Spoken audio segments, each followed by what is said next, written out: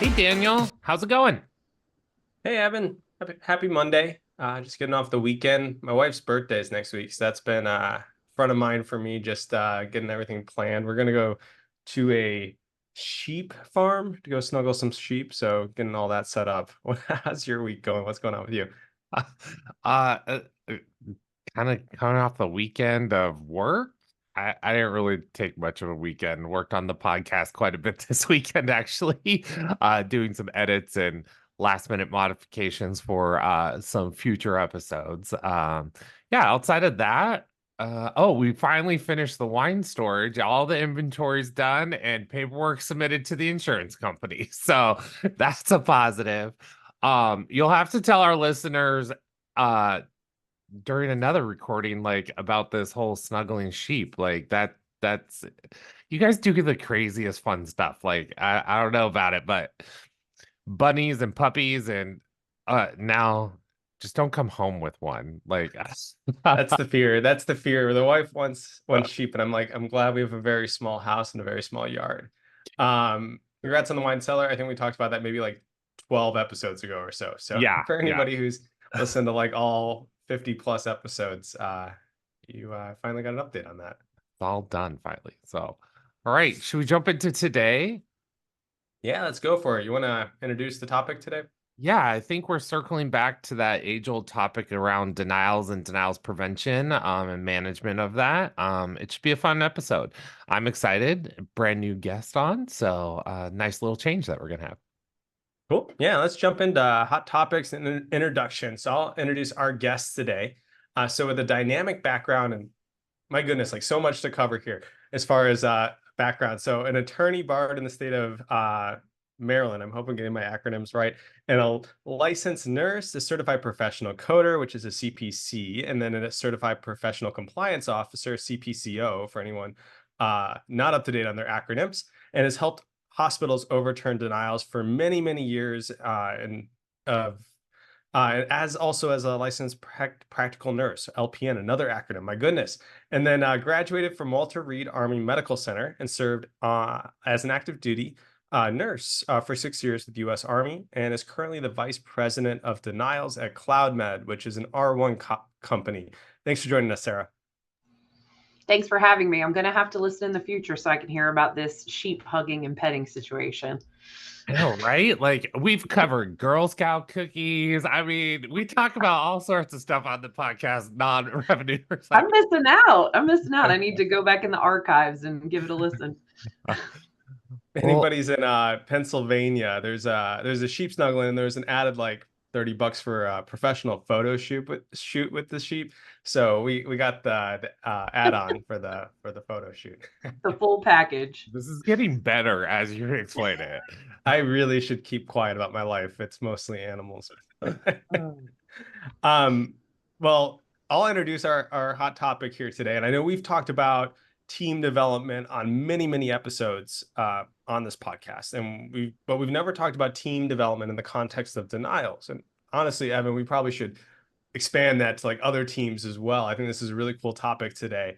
And Sarah, I know you have a lot of experience, expertise, and developing denial management teams, thinking about that process. And just for our listeners, maybe what are some key things to think about for that internal denial management team if they're starting to develop it or re-looking at their current team?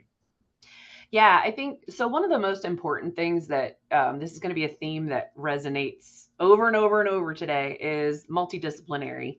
You need folks from all different backgrounds, all different parts of your organization or your facility. And you need people that are trained, right? You may have nurses that are really good nurses. They're great at patient care. It doesn't mean they're going to write great appeals. You also want to make sure that you have, those PFS people, your registration folks that are involved so they can, provide some insight based on the things that they're seeing.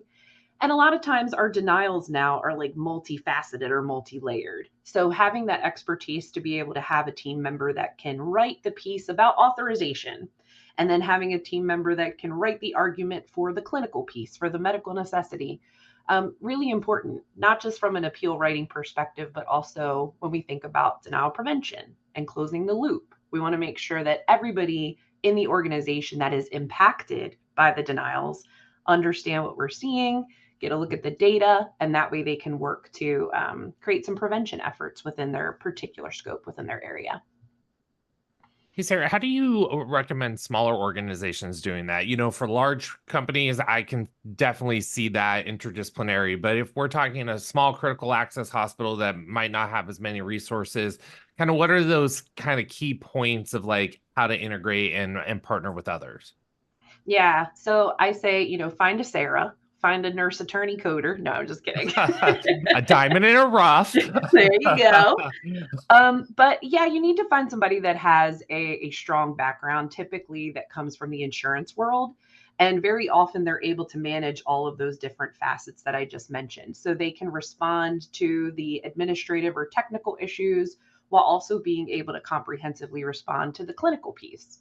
We don't, depending on what the structure is, if you have a large team, you don't want to have your clinicians necessarily doing that more administrative portion of the work.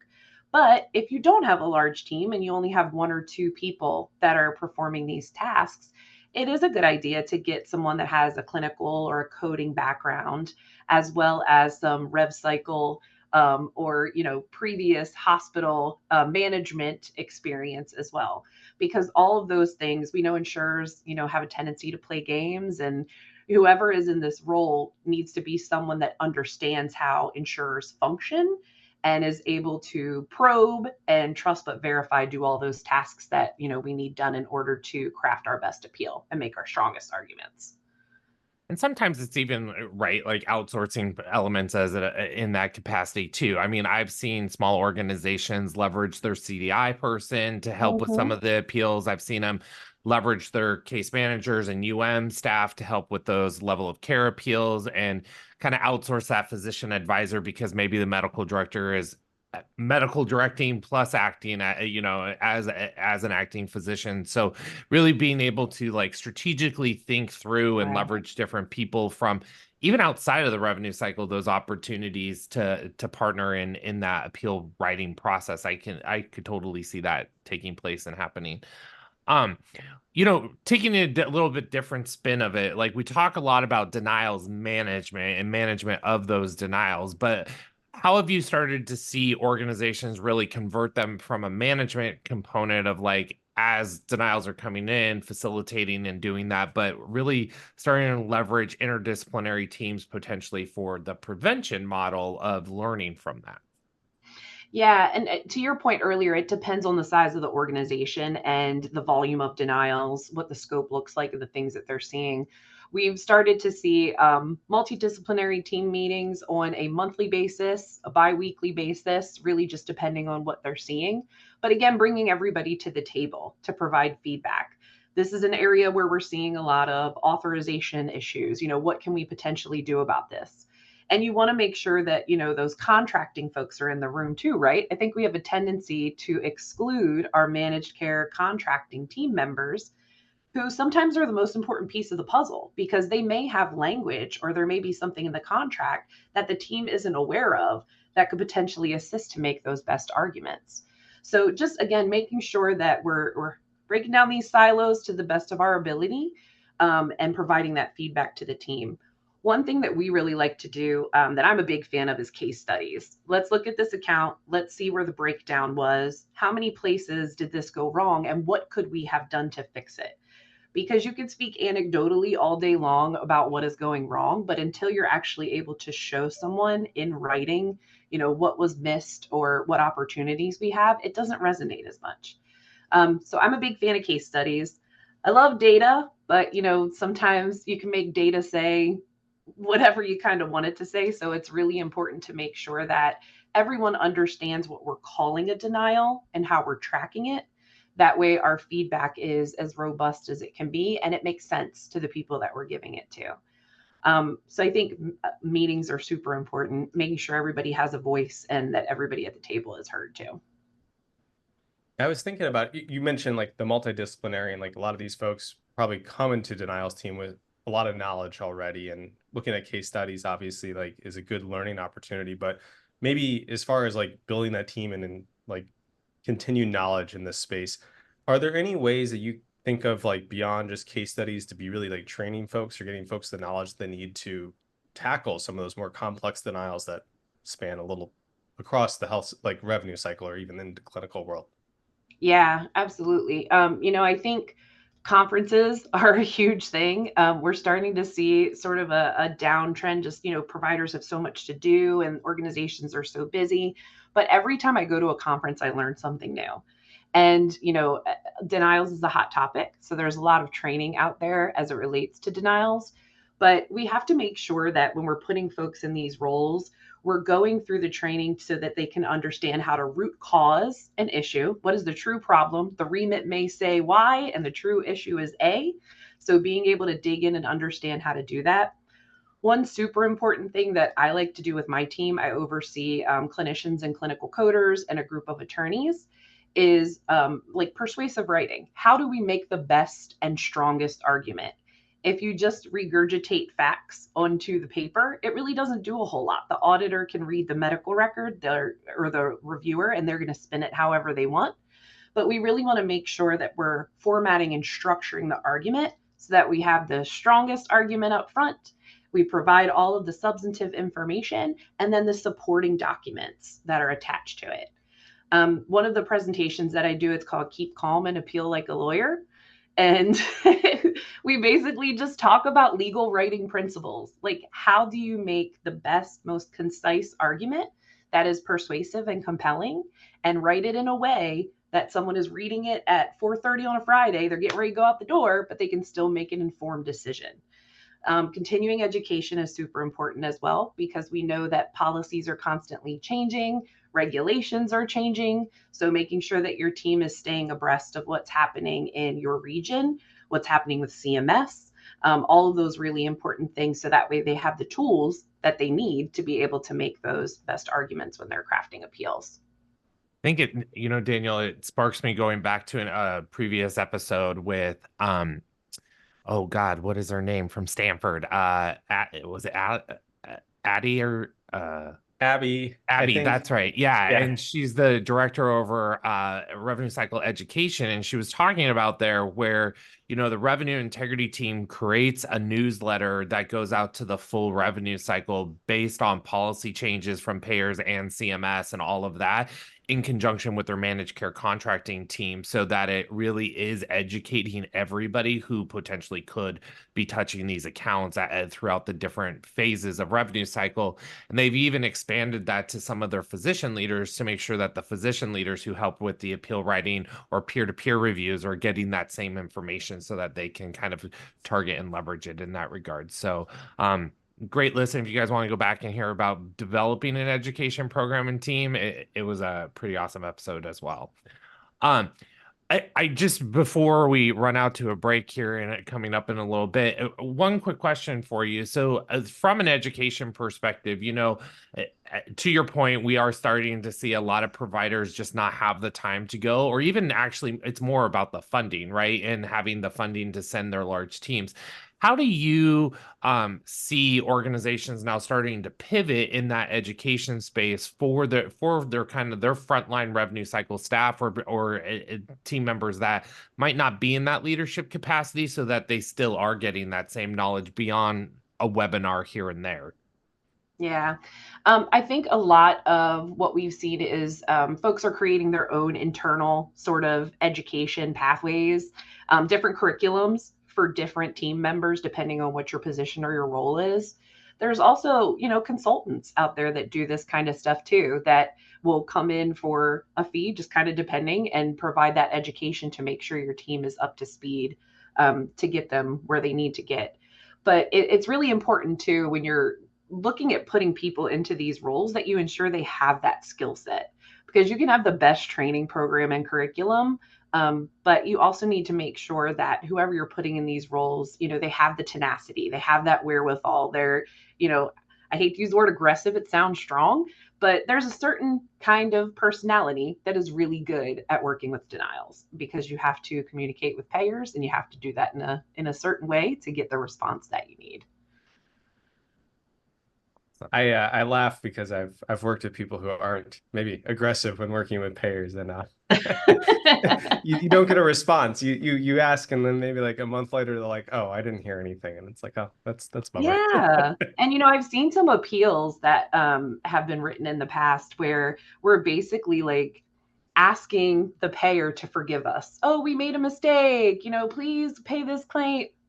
They're not going to do that. And then if they do, are you now beholden to them? Now you're in their pocket because, they gave you this exception. So yeah, it's really important to make sure that you have that mentality going in.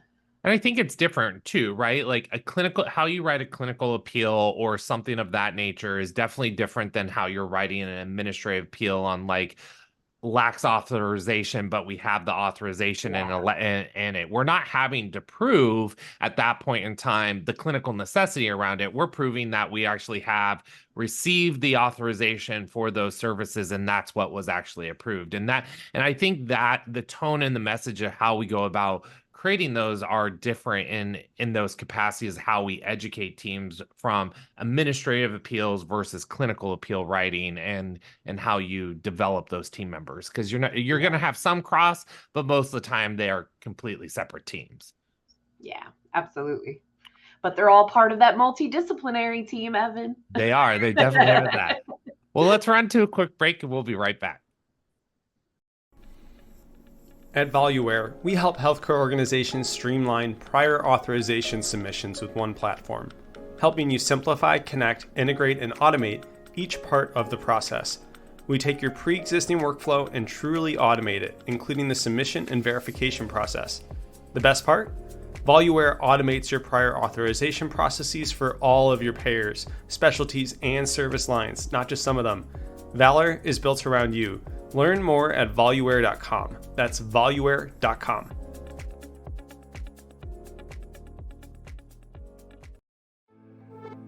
Are you ready to unlock the full potential of your medical coding team?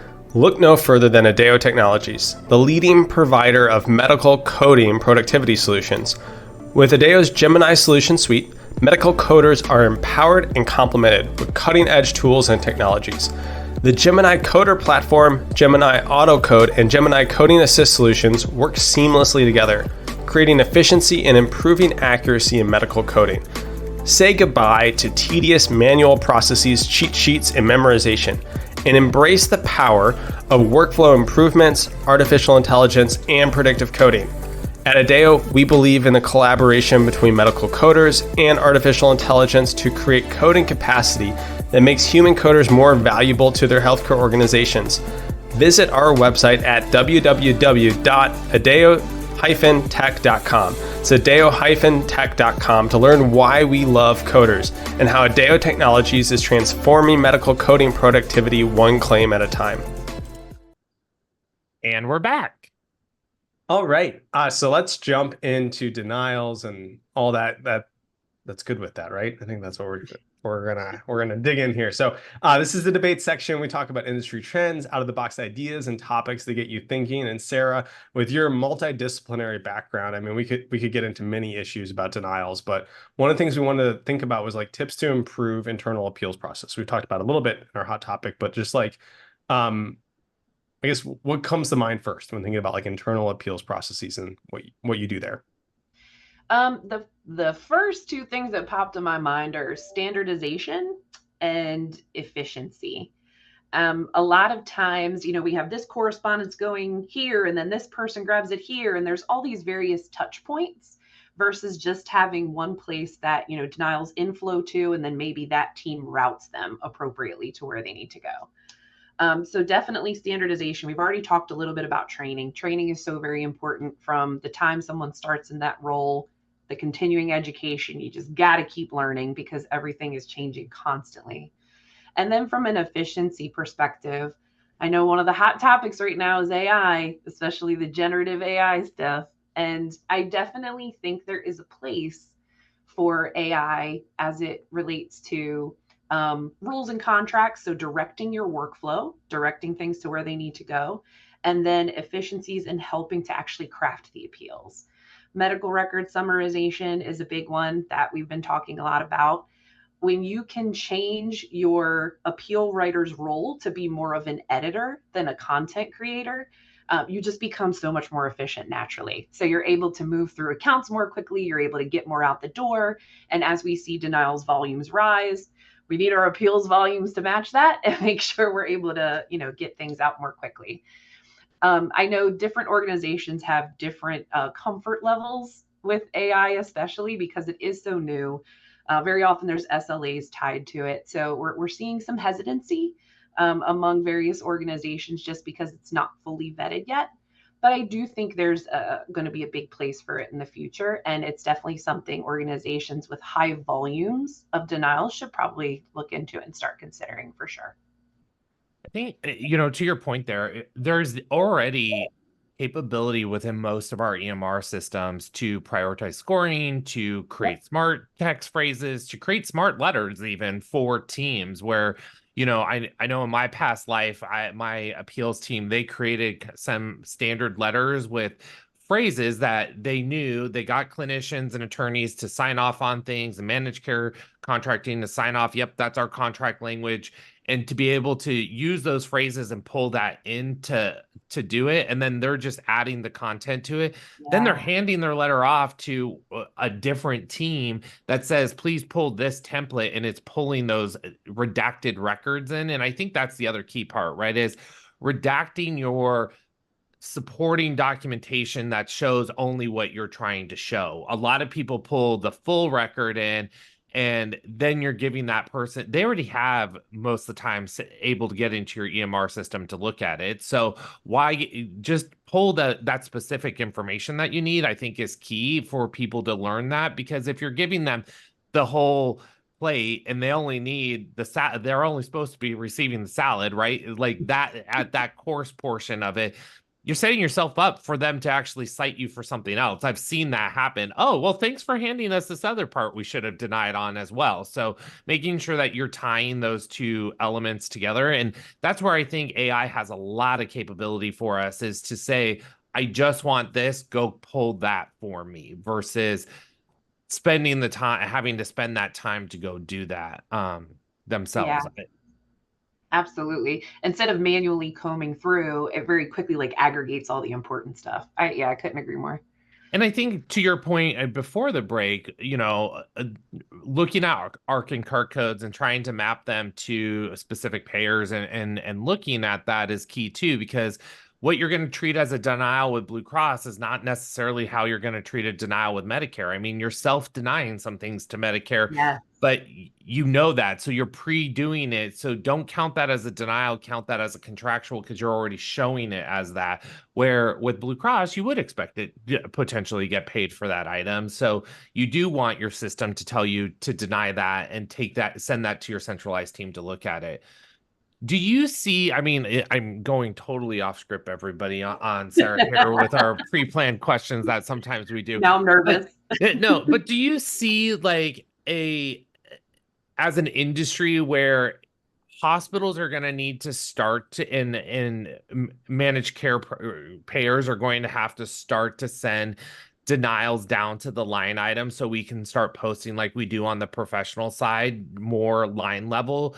Because right now, I mean, on an inpatient account, you get this global denial, and yes, they might cite it in their, in the ARC and CART code of like this and that, but it's all intertwined and hidden. So and you have to then just take a denial and then go after it, versus posting at the line level, which some payers do on the hospital side, and some health systems have started to do that. But do you think we're going to have potentially an industry shift to doing more of that? Or do you think we're going to kind of stay in this weird hybrid stagnant state of the middle road?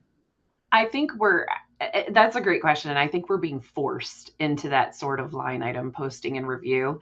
A lot of payers now across the nation are employing third-party auditors to do those line-by-line reviews, especially in high-cost claims, so they can decrease the outlier. So we're seeing them basically nickel and dime and say, oh, that's bundled in the room and board. Oh, we don't pay you separately for vent. We don't pay you separately for respiratory therapy services. And then they'll quote CMS and say, well, CMS has said that's included in room and board, when that is not at all what CMS has really said. So kind of twisting that verbiage. but it's pretty rampant now. About 5 to 7 years ago, we saw it just onesie twosie from certain payers who I won't call out on a podcast. But now we're seeing it kind of run rampant from our national payers. And there are specific, third party entities that they employ to do this. And then the onus is now on the facility or the organization to explain this is our policy and this is why it's not included in room and board. We can look at our charge master and increase things if that's what we have to do. But for right now, this is how we bill. This is unique services provided to this patient, which is why it's not always bundled in the ICU. Not everybody in the ICU is on a vent. Not everybody in the ICU receives all of the same services. So, long answer to your question of, I think we're being forced down that path, but it is going to be so super complicated if that is where we end up. Conversely, if we want to take away the whole DRG reimbursement methodology and just pay at percentage of charges like we do here in Maryland because the HSCRC, let's do it. I mean, that may be even more beneficial for us. Oh, the wonderful Maryland outlier that they get to be, right? But I think to that point though, like when you do receive services in Maryland, regardless the payer, everybody pays it the same. And they have to pay it the same because that's what the legislation says. So it does make it a stain. Everybody knows what to expect. Everybody knows what to include, what not to include from a supply perspective, because the legislation has gotten to that level. I do think until we see CMS start to do more of that, and they start it, right? And then they quickly turn around and pull it back out is what we see is because of the pullback and lobbyist and everything at the same time. I just don't know how we're going to continue to staff at the hospital levels for this level of requirement of resources and diversity that it's needing. Yeah. And, we need to make sure we're working in contractual protections against some of this stuff too, because, in my opinion, if the payer is going to do a line by line audit, that's something that they should have the responsibility of pulling the medical record, reviewing the documentation. Maybe it's concurrently so we can see like what charges are at risk based on their review. But that's not how it's just a tactic now because it's all post pay or it's prepay if it's a high dollar claim and they don't want to pay, such a huge outlier. I am starting to see many managed care contracting teams get very savvy and saying you can't do a prepay audit. And this is what we define as a prepay audit. Anything where you're stopping the claim for additional review, you need to pay the claim at our contracted rate and then do a post review. And if you do a certain percentage above X in a quarter, you will then have to pay us back administrative fee back. So I think health systems are starting to get savvy and like being able to say, time out, you have all this extra cash resource flux that you're able to go leverage these other third-party systems, but we don't. So exactly. And that's what we need to do. We have to hold them accountable. And that's the thing with contractual negotiations too. We're sometimes more focused on rates. We want to make sure that we're getting the most bang for our buck. But to your point with the verbiage, if we leave things open, you can have the best rates in the world, but you're going to be audited and you're going to have post-paid denials and you're going to have all these retrospective audits that occur because we're not putting that in check with the verbiage in the contract. Evan, you've taken us off script. I know. Sorry. I was going to say, Daniel, bring us back together. I was just thinking about denial management. We talked about like there's probably a limited or a scarcity of like how much clinical resources I have on my team, that knowledge, and we're probably not having them do administrative tasks. And we've talked a little bit about prevention versus the appeals process as well. And I'm curious, just like when thinking about using those clinical resources to their best ability, like where do we target it? Is it the prevention? Is it on the appeal side? Is it somewhere in between? Like where do we go with those types of kind of like experts in the clinical space? Yeah, I think it's everywhere. To your point, I think it has to be somewhere in between because clinicians speak clinicians' language. So if it's something where we're again trying to close that circle and do some education on documentation improvement efforts, we need a clinician to deliver that because that's who's going to be receiving that information. On the back end with the appeals, medical necessity, experimental accounts, readmissions, DRG downcodes that are clinical validations. We need a clinician, a clinical expert who understands the diagnosing of a condition, who is able to articulate why a patient required a specific level of care. So I think it's important to have them all through the process. We also need them concurrently because we want to make sure that we're appropriately leveling our inpatients in the hospital to make sure we have them in the right status to hopefully prevent that denial from even happening. So I think they should be everywhere: education, concurrent reviews, back end reviews, retrospective stuff. And you may have one person that kind of does all of these things, right? We've seen a lot of utilization review or utilization management activity, to the point I think Evan made earlier, where they have their hand in a little bit of everything, which I think is never bad, because then you're seeing at all ends of the spectrum kind of what is happening to the patients, and where we're seeing denials, and can report that stuff back to the team on the front end too. So with that though, how have you seen, or how have you partnered with different organizations that you guys are working with on really pulling in the provider to, like, even that age-old question, right? Like, ABNs is always a hot topic. Like, CMS is very clear in the legislation that says it's a provider responsibility. It's not a revenue cycle responsibility, because you're supposed to be having an education conversation, but it's a denial. And we're starting to see these managed care contracting payers citing ABN legislation now as well to say, wait, why is the provider picking X even for their managed Medicare patients, and wanting them to go down that same route of saying, maybe not necessarily holding the patient accountable, but really holding the health system accountable to say, did you look for that lesser of, and educate the patient to the reasoning behind it. So how have you helped your business partners on providing that, getting that buy-in, or how have you seen some of, like, the best practice out there, knowing that Cloudmed and R1's pretty much touching most of us out in the industry now? So yeah, so one of the things that we find is really important are physician report cards. So any account that is within our inventory, we're able to report out on who the treating provider was, if there were gaps, or we can see this particular physician has a much higher denial rate than one of our other docs. We can engage the physician advisor, physician champion, share that information with them so that they can educate their teams internally. We typically do monthly or quarterly feedback sessions, just depending on the volume and scope of whatever the engagement is.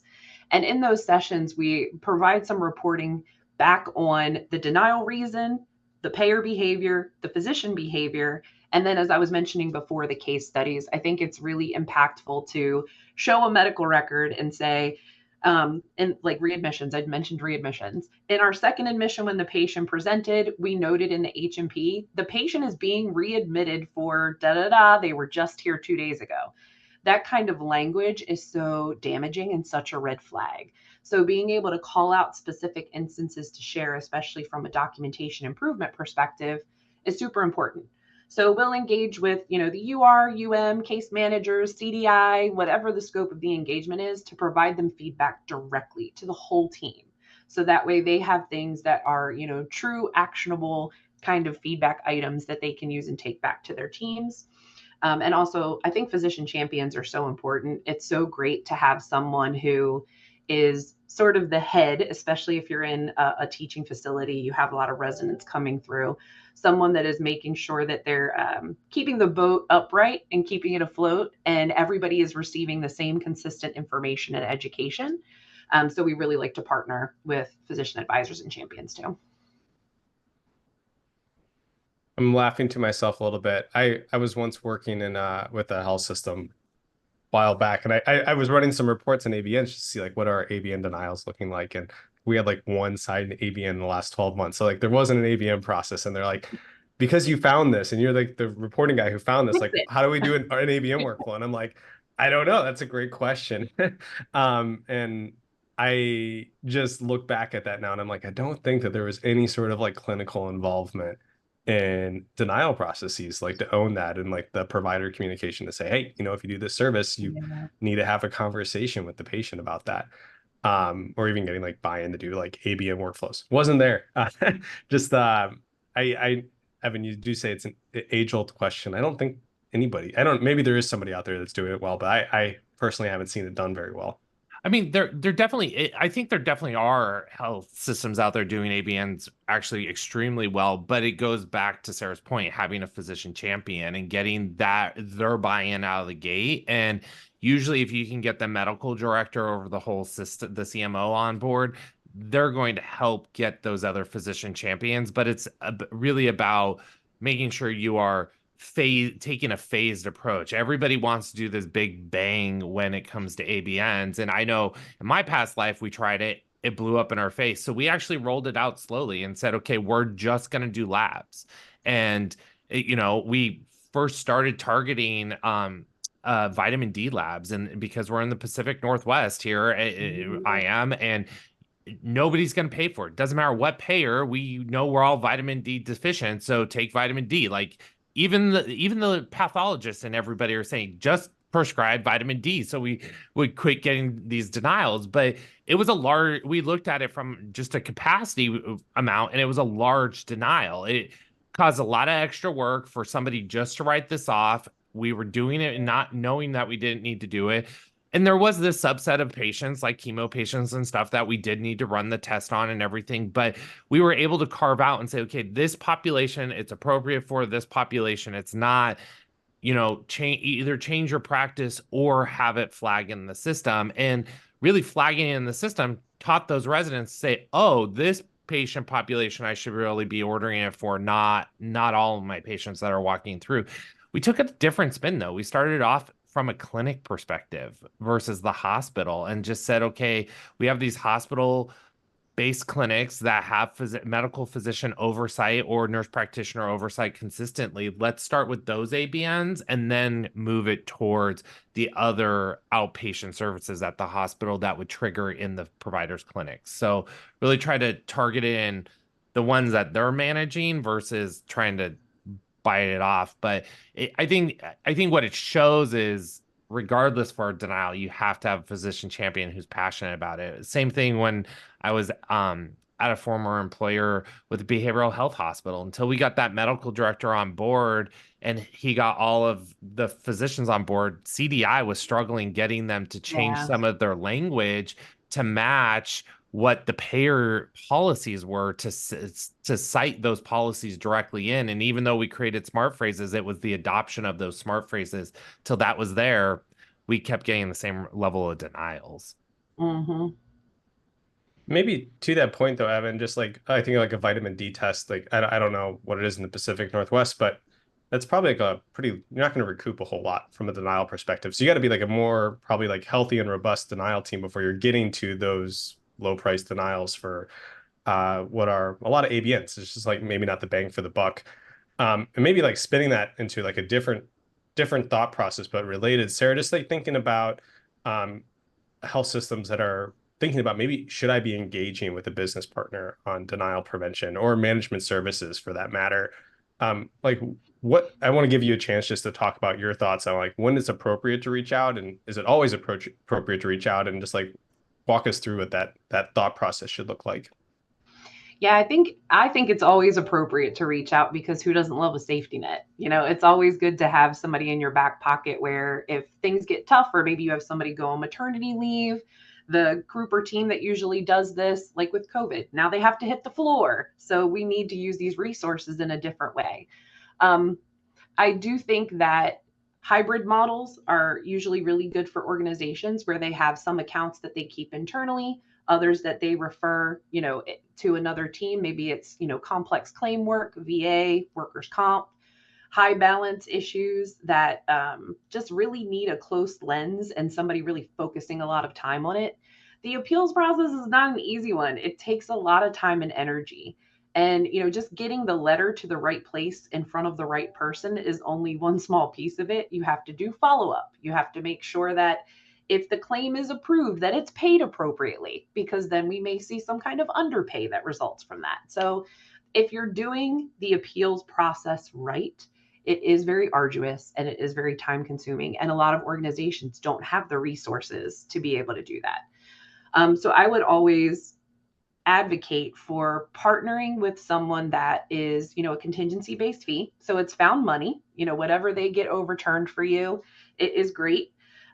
If you're able to manage all of your internal appeals and just need help on some of those things that are, more complex, second levels of appeal, external reviews, there are typically organizations that can help with all of those things.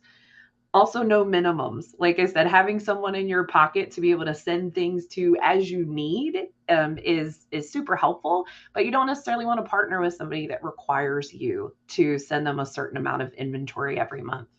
I always look at things like we are a true partnership. We want to be an extension of all of your revenue cycle management activities that are currently ongoing. So I think that's how it should be. It really needs to be a partnership. So we're able to have those conversations from a financial perspective, a clinical perspective, all of those different things to help the organization put some prevention measures in place too. I think it's helpful to your point, Sarah, is having a partner though that can help you even after the account's been zero balance, right? Like sometimes then you get Yeah. another post-pay audit that happens and hits, and you need that other level of review to come in and say, okay, is there a trend with now our $0 accounts hitting for additional audits that we weren't aware of as they're trying to do a take back or refund request, that type of deal. That doesn't always trigger back up to the denials team, but having somebody from your denials team or a third party partner that's helping with that can say, wait, this needs to get to your denials team, because that's, I know from my own historical perspective, sometimes those accounts are lost in translation of like, oh, it was just a refund request, here we go. And Yeah. it doesn't always trigger a denial review because we didn't modify it for a denial. It could have been truly an overpayment, but with that other additional information, they cited a denial with along with it. So Yeah, absolutely. And I think, oh my gosh, I totally lost my train of thought. that happens. It was something about post pays, and then it just boop right out my brain. Yeah, but I couldn't agree more. And I think that there is a lot of double dipping that's currently going on right now as it relates to denial. So that is very, very important. All right. Well, let's run to another quick break and we'll be right back. The No Surprises Act requires hospitals to provide a complete self-pay good faith estimate for all providers involved in a patient's procedure, even if the providers are not owned or managed by the health system. The challenge is how to efficiently request estimates from independent providers, how to hold everyone accountable for their contribution, and how to provide a complete good faith estimate within the 24 to 72 hour delivery requirement. At Collective Health, we believe the solution is an agnostic portal where providers collaborate and share estimates while having visibility and accountability to each other. The Hive GFE Exchange is the industry's only solution that brings together estimates from individual providers into one consolidated GFE. CMS may have delayed enforcement, but is your hospital prepared for a comprehensive GFE? Don't delay. Join the Collective. For more information, go to goodfaithestimate.com. Vine Medical serves a growing base of more than 800 active hospitals and health systems nationwide. Their best practices are hardwired through technology solutions, proven to help hospitals achieve sustainable top performance. Their well-published results include improving financial performance, physician and staff alignment, patient experience, compliance, and patient safety and quality measures. Learn more at vinemedical.com. That's VYNE medical.com. And we're back. All right, let's transition to the Wilshire Lab. As we always do, just asking questions about what drove you to work in the healthcare industry. Oh, that's a very interesting question. It was not a place that I thought I would end up originally. But as you mentioned in the beginning, I was in the military. When I went into the Army, they kind of test you out to see what your aptitude is. And my aptitude was for a combat medic. So I went through medic school, and then I had a certain score. So they said, hey, would you like to go to nursing school? And I was like, well, where is it? Because at this time I'm in Texas and I'm from Maryland. And they said, well, you can go to Walter Reed in DC. And I was like, sold, I'll do it. So I went to nursing school in DC, when I got out of the military, I started working on the floor, and I worked as a floor nurse for about 10 years while I was going to law school. Graduated law school, and then I was looking for a job. I thought I was going to be a prosecutor in criminal law, and someone reached out to me and said, "You're a nurse and you're an attorney. You should go into health law." And I was like, "What is that?" And then I did some research, and I was like, "This is actually a pretty cool area because things are changing so often, way more frequently than we see in some other practice areas." So I thought it was really interesting, and started working in denials. And I've been in this space for about 12 years now. So after working the floor for a really long time, it was kind of nice to sit behind a desk, but I do miss it sometimes. And, I always think if something ever happened, I'm going right back to the floor because I really miss my patients. I have a special place in my heart for geriatrics, especially. Very cool. Well, can you, we love to pick people's brains for our early careerist or, newly converted into revenue cycle or IT space careerist as well. What's one piece of advice that you wish somebody would have given you as you were starting your career? Oh, that's a good question. I wish people would have told me to learn more things. So I feel like a lot of times we're kind of just barreling away, working our jobs, doing our 9 to 5, but there's all this other cool stuff happening around us. And revenue cycle especially is so expansive. So having the opportunity to pick someone's brain, somebody that works in a different area, another department, just having a conversation with someone can often spark a lot of interests. Some of the things that I did were a little bit later in life because they were more out of necessity than curiosity. So my advice is stay curious. I mean, you never know what you don't know, and having conversations with people and seeking out opportunities, you can really learn a lot, and it can change your life sometimes. So I would definitely suggest that. Thank you. I can appreciate that. We just had a whole conversation about appeals, and I have personally never been involved in an appeals process before. So I'm like, we're having this whole conversation. I'm like, I should really sit down and learn what that is. And I don't know how many podcasts we have that are like that. It's embarrassing. But that's cool though. You learn something new every time. I kid you not, I learned something new in this space every single day. And I've been doing this for over a decade. So it's just really cool.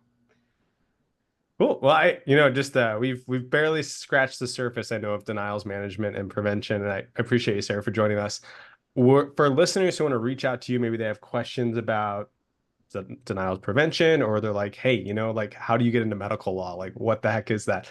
What's the best way to reach out to you? By email, it's Sarah, SARAH .Mendiola, MENDIOLA @cloudmed.com. I'm also on LinkedIn, Sarah Mendiola. Feel free to give me a shout. I love to talk about denials, and I love novel issues, weird stuff. Bring all the weird stuff. Awesome. Well, thank you so much. And Daniel and Sarah, that's it for us today. We'll catch you on the next podcast. Bye-bye. If you liked today's episode, continue to join Wilshire Wednesdays. You can follow us on LinkedIn or Twitter at Evan_Wilshire. Daniel can be followed at Daniel_TWG. Wilshire Group at TWG Health. On Facebook at the Wilshire Group, or on Instagram at Wilshire IT RevCast. Remember, if you prefer to watch, come check us out at the Wilshire IT RevCast YouTube channel. If you have an inquiry, want to share your thoughts, or get additional information on today's episode, email us at WilshirePodcast@thewilshiregroup.net. The best way to support this podcast is to review, rate, and subscribe. See you next time. Bye-bye. The Wilshire IT RevCast is hosted, produced, and engineered by Evan Martin and Daniel Bianchini. It is executive produced by Gretchen Case, Hank Smither, and Spencer Thielman. The Wilshire Group. Experience you can trust, results you can count on.